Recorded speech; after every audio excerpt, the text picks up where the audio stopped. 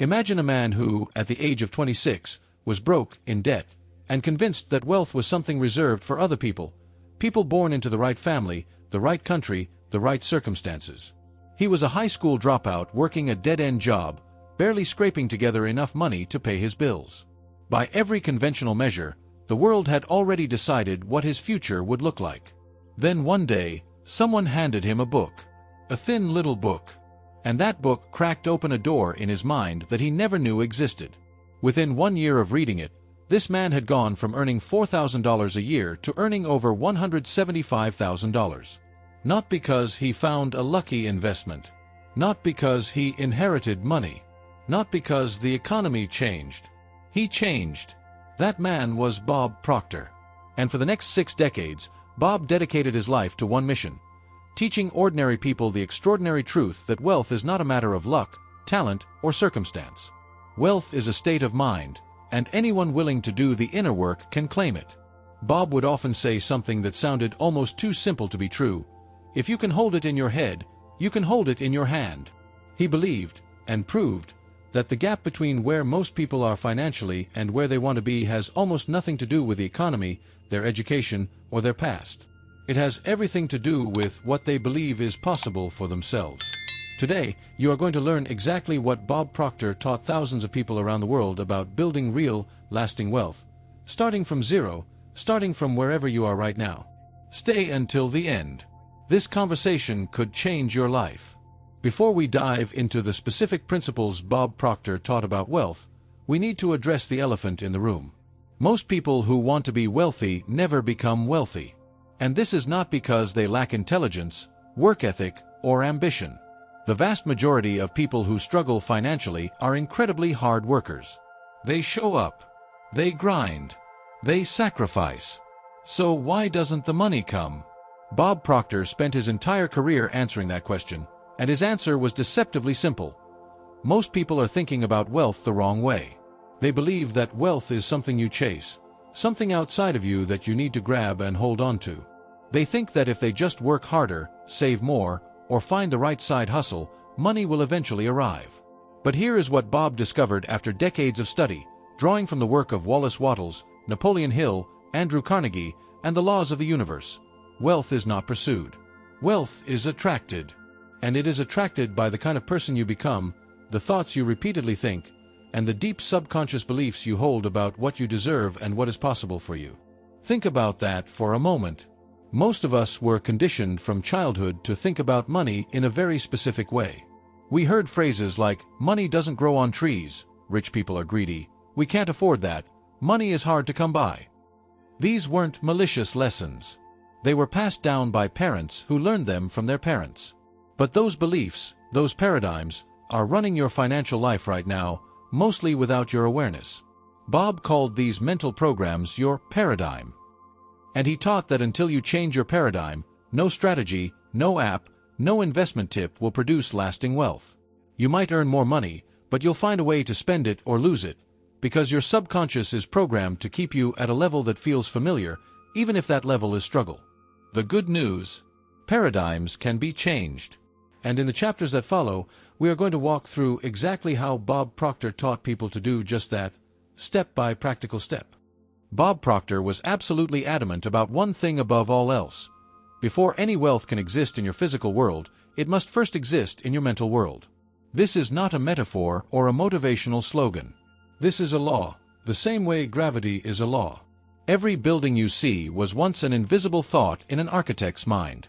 Every company, every fortune, every empire began as an idea, an image held in the mind of one person who refused to let it go until it became real. Wealth is no different. Bob taught that most people have a financial thermostat set at a certain level. Just as a thermostat keeps a room at a fixed temperature, your subconscious mind keeps your finances at a level it considers normal, and it will work overtime to maintain that level, whether you want it to or not. The very first step to building wealth is to raise your financial thermostat by forming a clear, vivid, emotionally charged image of the financial life you want. Not a vague wish. A precise picture. What is your income? What does your bank account say? Where do you live? What do you drive? How do you feel? Bob called this the goal image. He was meticulous about encouraging people to write down a specific number, a target income, and to look at it every single day, morning and night, with full belief that it was already on its way to them. This is not wishful thinking. Neuroscience now confirms what Bob taught for decades. The brain cannot distinguish clearly between a vividly imagined experience and a real one. When you hold a rich mental image consistently, you literally begin to rewire your neural pathways toward the behaviors and decisions that produce wealth. Bob would say, "You don't need to know how it will happen. That is not your job. Your job is to know what you want and to hold that image so clearly, so persistently, that your subconscious mind has no choice but to bring it to you through inspired action." This principle separates the truly wealthy from everyone else. Most people let their current circumstances dictate their thinking. Wealthy people let their thinking dictate their future circumstances. They live mentally in the future they intend to create. Begin today by writing down a specific financial goal, one that excites and slightly terrifies you. Not something safe. Something that makes your heart beat faster when you think about it. That emotional charge is not anxiety. It is the signal that your goal is big enough to actually change your life. Wealth truly does begin in the mind. And the moment you decide, really decide, with every fiber of your being, that you are meant to be wealthy, you have already taken the most important step that almost nobody around you will ever take. Bob Proctor described a paradigm as a multitude of habits, a collection of beliefs so deeply embedded in the subconscious mind that they operate on autopilot, shaping every decision you make without your conscious awareness. Your paradigm is the operating system of your life. For most people, the paradigm around money was installed in early childhood. By the time a child reaches 7 years old, the core beliefs about what is possible financially have already been recorded in the subconscious. And those beliefs have been running the show ever since. Here is how you know a poverty paradigm is in control. You keep getting the same results no matter how hard you try. You earn more money but somehow end up in the same place. You find a great opportunity but something always seems to go wrong. Your behavior is being dictated by a program you did not consciously write. Bob identified two primary ways to break a paradigm. The first is through a significant emotional event, a crisis so powerful that it forces the subconscious to accept a new belief. A near-death experience. A devastating financial loss. These events can crack a paradigm, but no one would choose them willingly. The second way, and the method Bob devoted his life to teaching, is spaced repetition. By repeatedly introducing a new idea to the subconscious, over and over, with emotional intensity and consistency, you literally impress a new pattern onto the subconscious mind and replace the old one. This is why affirmations, when done correctly, actually work. Not because saying something makes it magically true, but because repetition with emotion is the language of the subconscious mind. What you consistently say to yourself, with feeling, becomes your dominant belief. And your dominant belief shapes your results. Bob also taught the power of immersing yourself in the material. Reading books about wealth, listening to audio programs, attending seminars, surrounding yourself with people who think abundantly, all of this feeds the subconscious a steady stream of new, empowering data that gradually replaces the old programming. One powerful exercise Bob recommended: write down every limiting belief you have about money. Rich people are greedy. I'm not smart enough. You have to work hard to earn money. Then, next to each one, write the opposite truth and repeat it daily until it feels more real than the original belief. Breaking a paradigm is not a weekend project. It is a sustained campaign. But the results compound. As your inner world shifts, your outer world begins to rearrange itself in ways that seem almost magical, but are simply the law of correspondence at work. As within, so without. The most important realization you can have right now is this: you are not your paradigm. The poverty programming is not you. It is a set of ideas you inherited. And just as you did not choose to receive those ideas, you can choose today to replace them with a new set that serves the wealthy, free life you were born to live.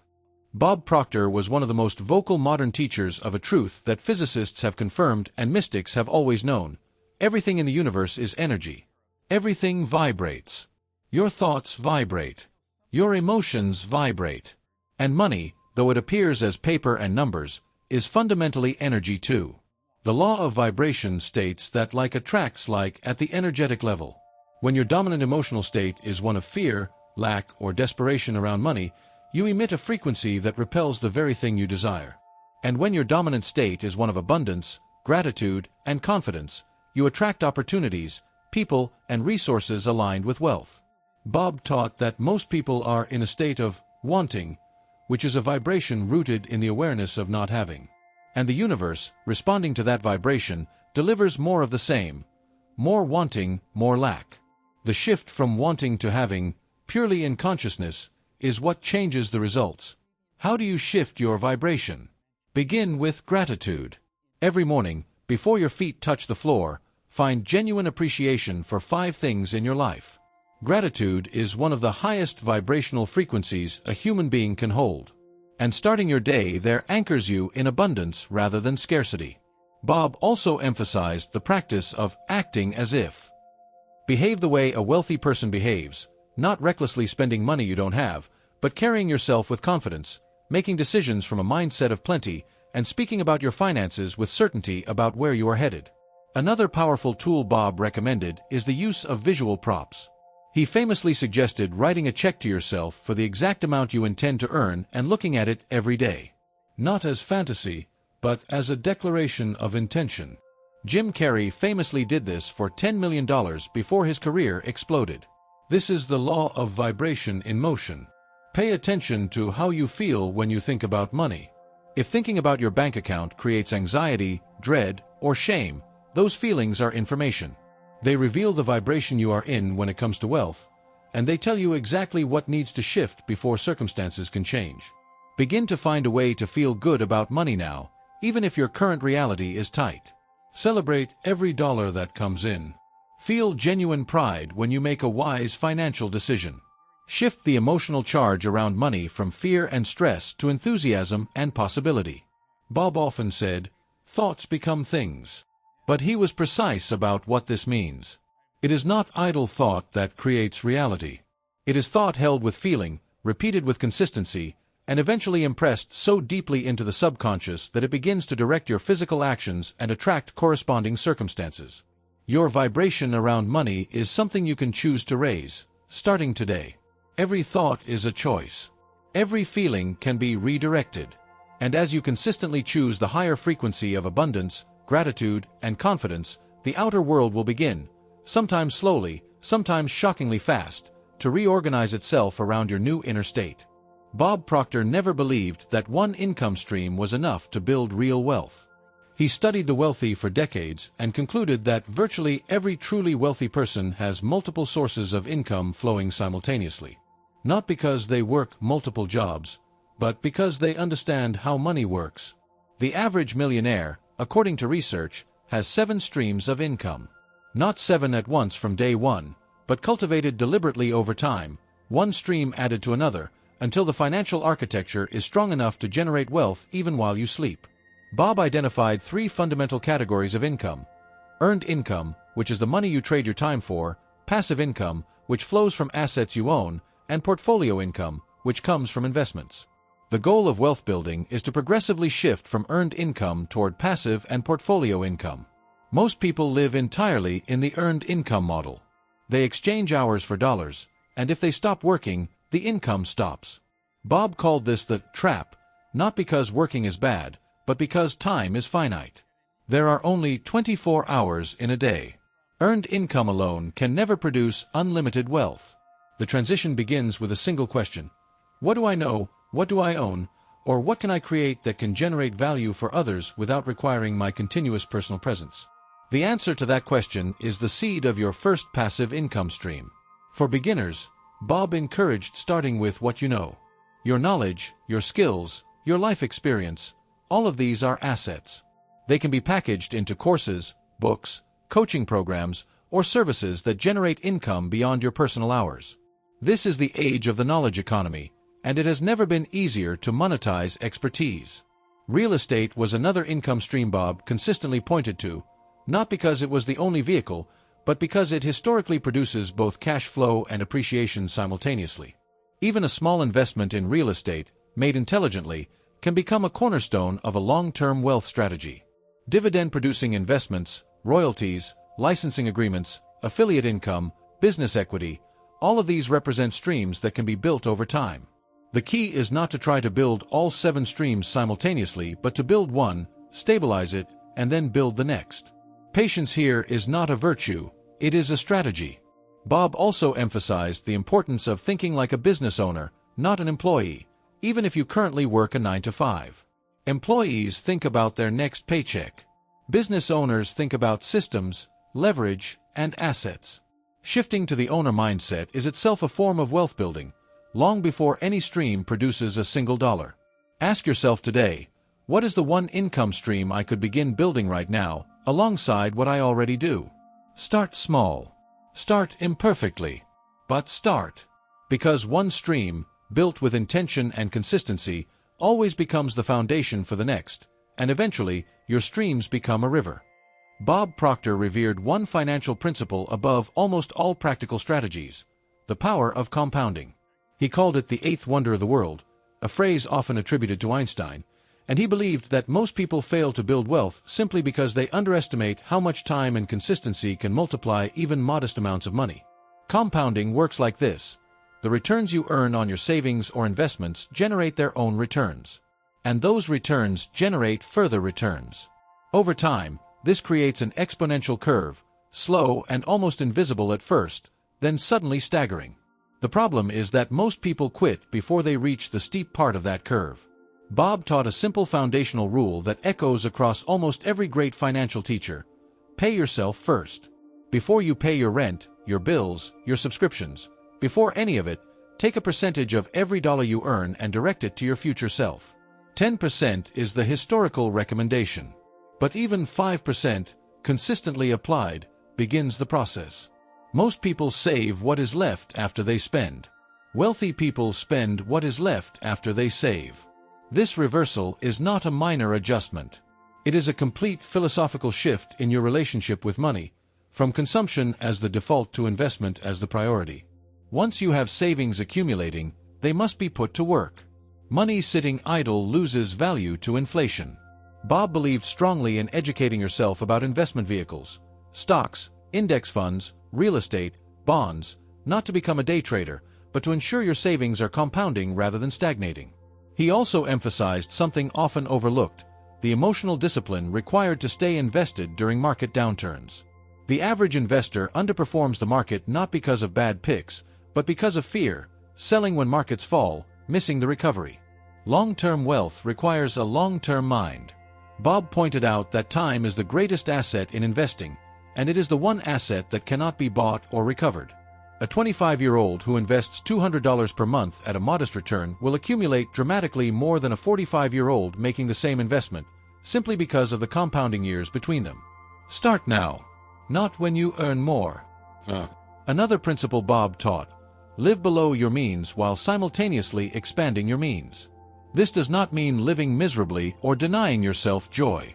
It means being intentional, choosing to defer immediate gratification for the sake of long-term freedom. That trade-off, made consistently, is the practical engine of wealth. Automate your savings wherever possible. Remove the decision from the equation. When saving requires a conscious act of willpower each month, it will sometimes lose to the immediate desires of daily life.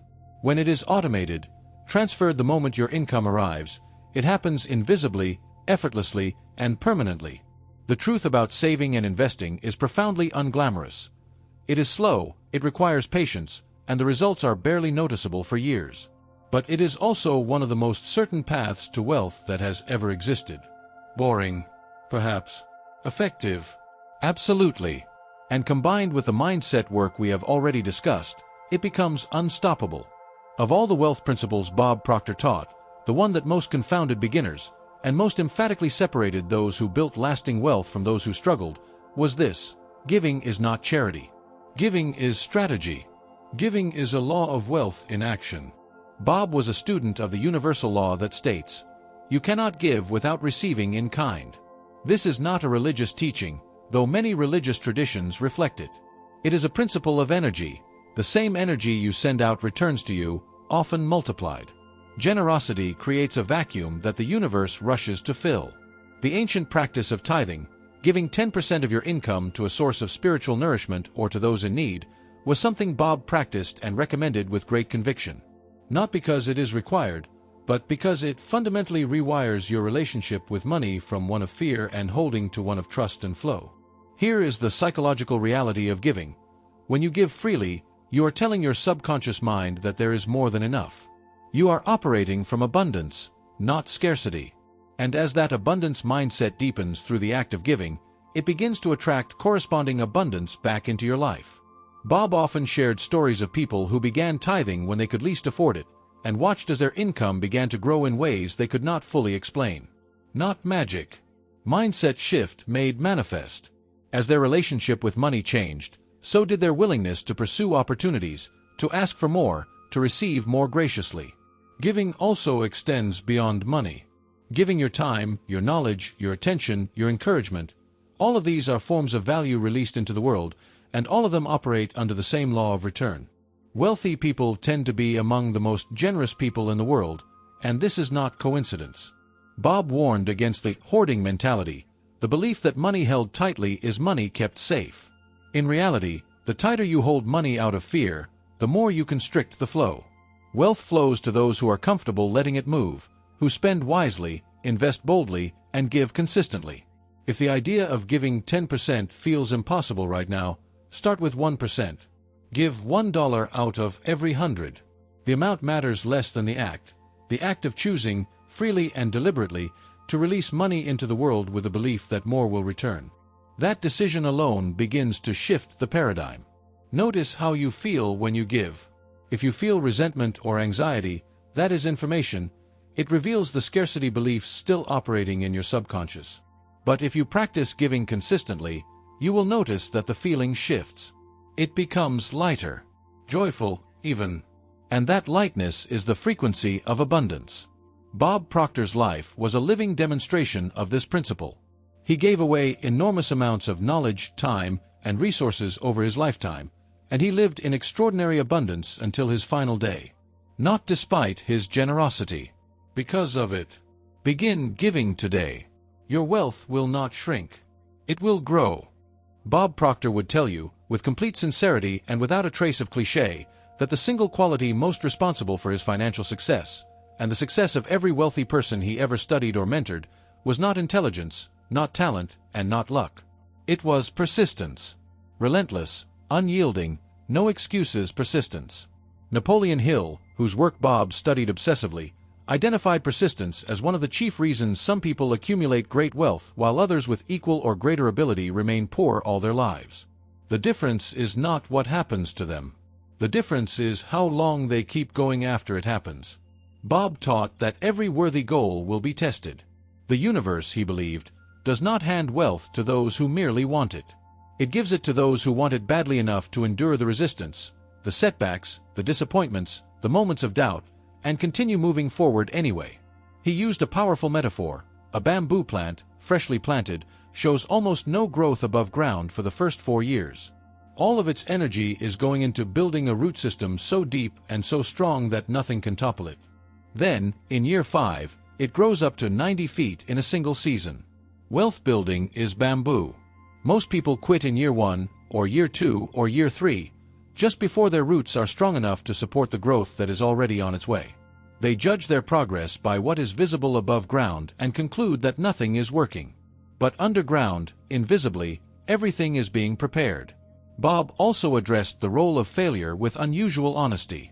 He did not tell people to avoid failure. He told them to expect it, welcome it, and extract every lesson from it. Every failure, he insisted, carries within it the seed of an equivalent or greater benefit, if you are wise enough and persistent enough to find it. One of the most powerful practices Bob endorsed to sustain persistence is keeping your why front and center at all times. Not why you want money in the abstract, but the specific, deeply personal reason behind your wealth goal. Is it freedom for your family? Legacy? Security? Health? The more emotionally charged your why, the more fuel it provides during difficult periods. Surrounding yourself with persistent people is equally important. Bob believed deeply in the power of your environment, that the people you spend the most time with will inevitably influence your beliefs, your behaviors, and your results. Seek out those who are building something, who refuse to quit, who think in possibilities. Their energy is contagious. Commit to a daily practice. Not a dramatic overhaul, but a small, non-negotiable set of actions taken every single day toward your wealth goal. Read. Study. Take one action step. Review your goal image. The cumulative effect of these small daily acts is stunning over months and years, and it builds the self-discipline that wealth always requires. Bob's final word on persistence was always the same: decide. Decide, with the full weight of your being, that you will not stop. Not when it gets hard. Not when people doubt you. Not when the results seem slow. Decide that your wealth is not a possibility, it is an inevitability. And then let that decision guide every single day of your life. You have just walked through 7 of the most powerful wealth principles that Bob Proctor taught over a lifetime dedicated to this work. These are not theories. They are not feel-good ideas designed to make you temporarily motivated before you go back to your old habits. These are laws, the same laws that took a broke, indebted 26-year-old dropout and transformed him into one of the most influential wealth teachers the world has ever known. They worked for Bob. They have worked for countless people Bob taught.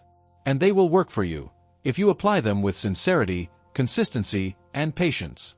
The journey to wealth is not a straight line.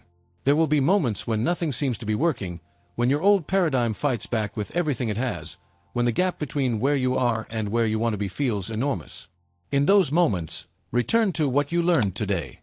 Return to the goal image. Return to gratitude. Return to the decision that your wealth is not a question of if, but only of when. Remember the bamboo. Remember that the root system is being built even when you cannot see it. And take one more step today in the direction of the life you deserve.